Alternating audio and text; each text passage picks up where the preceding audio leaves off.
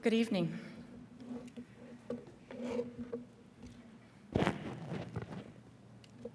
There are some moments in life that feel almost impossible to put into words, because when you are standing in them, you cannot help but think about everything it took to get there. And standing here tonight is one of those moments for me. Because if there's one thing I have learned, it is this. Life does not always take us where we plan to go. Sometimes it takes us somewhere harder, and sometimes it takes us exactly where we were meant to be. If you had told me years ago that one day I would be standing here, a wife of 20 years, a mother of 9, and a college student chasing a dream I once thought had slipped away, I never would have believed you. Honestly, with 9 kids, just making it here on time already feels like a small miracle. And yet, here I am. Not because the road was easy, not because the timing was perfect, and certainly not because I had everything figured out, but because God had a plan for my life, even in the seasons when I could not yet see it for myself. And I am here because education has the power to do so much more than prepare us for a career. Sometimes it leads us back to who we were always meant to become. That dream first took root right here at Northwest State Community College. In 2007, I graduated as part of the very first medical assisting class. And at the same time, I was stepping into another life-changing role. I was becoming a mother for the first time. From the very beginning, my education was never something I pursued in a quiet or uncomplicated season of life. It was built in the middle of responsibility, change, and learning how to care for someone else while still figuring out who I was becoming myself. After graduating, I stepped into the career I had worked so hard for, and for a while, it felt like life was unfolding exactly the way I had planned. I was building something. I was using my education and starting to see what my future could look like. And then life shifted. I found myself being needed most at home with my family. And if I'm being honest, that was not easy for me. But life has a way of taking us in directions we never planned. And I have learned that sometimes the places we resist the most end up shaping us the deepest. So I stayed home. Our family continued to grow, and we welcomed 4 more children. And when our youngest was 4, my husband and I made another life-changing decision. We became foster parents. That decision changed everything. We became a specialized foster home for addicted and medically fragile children. And it was during that season that my love for medicine came back to life. What I didn't realize at the time was how much my education at Northwest State Community College had already been preparing me for that very moment.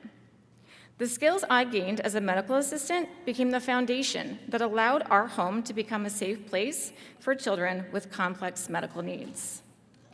Over the course of 7 years, we welcomed more than 50 children into our home. Some stayed for only a few hours, some stayed for a night, and some stayed for years. And every single one of them came carrying a story.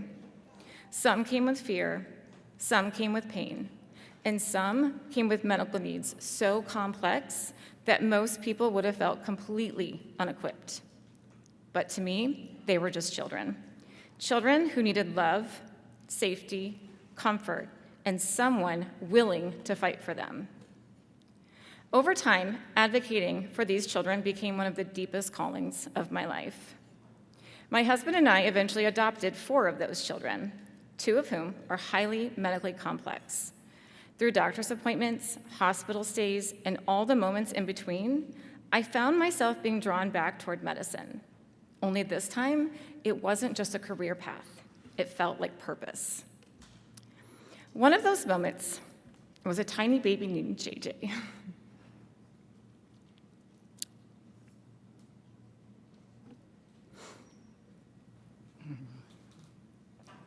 He came to us born addicted and with a traumatic brain injury. At one of his very first appointments, I was told that because of the extent of his brain injury, I shouldn't expect much, that I should simply take him home, love him, and not get my hopes up. But in that moment, something in me shifted. Those words from that one doctor pulled every ounce of fight out of me. It lit a fire in me that I did not even know existed. I fired that doctor and walked away from that appointment knowing I would never accept someone else's limits for a child who had not even been given the chance to prove what they could do. We had the incredible privilege of adopting JJ, but we still had so many answers to seek and so much of his journey left to understand. JJ was later diagnosed with epilepsy and cerebral palsy, and as a result of that brain injury, one of the hardest moments came in July of 2022, when JJ had a grand mal seizure that wouldn't stop. I remember the chaos of that moment, the fear and urgency, and then watching him be life-flighted to a children's hospital 3 hours away, not knowing what would happen next. But we knew that no matter what JJ's future held, we would be fighting with him every step of the way. And today, despite everything he has had and still has to overcome, he walks, he talks, he laughs, he goes to school, and he loves life. He is one of the brightest lights in our world. Another one of those moments came through one of our other adopted children. Miles came to us as a 6-month-old baby, and from the very beginning, I knew something wasn't adding up medically. You see, Miles was born with Down syndrome, and after being briefed on his constant illness and repeated hospitalizations, we were told that he only needed to follow up with 2 specialists. But both my medical background and my instincts as a mom told me there had to be more going on. For the first 3 years of his life, he was constantly sick, barely getting over one illness before he was fighting off the next. There were ongoing concerns with his breathing and his ability to safely eat and drink, and it often felt like we were trying to stay one step ahead of something we didn't fully understand. One of the most terrifying moments came when he stopped breathing. I remember watching him begin to turn blue, calling 911, and feeling completely helpless. By the time EMS had arrived, he had started breathing again on his own, but as they assessed him, we knew we were headed to the hospital, where we spent the next 10 days. It was there that we began to understand that he had been silently aspirating when he tried to eat and drink. It was during that hospitalization that doctors made the decision to place a feeding tube so he could safely receive the nutrition his body needed.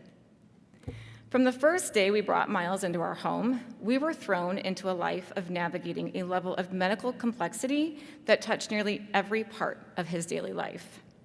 That included diagnoses like autism and fetal alcohol syndrome disorder, along with asthma and a rare genetic disorder that has left him legally blind.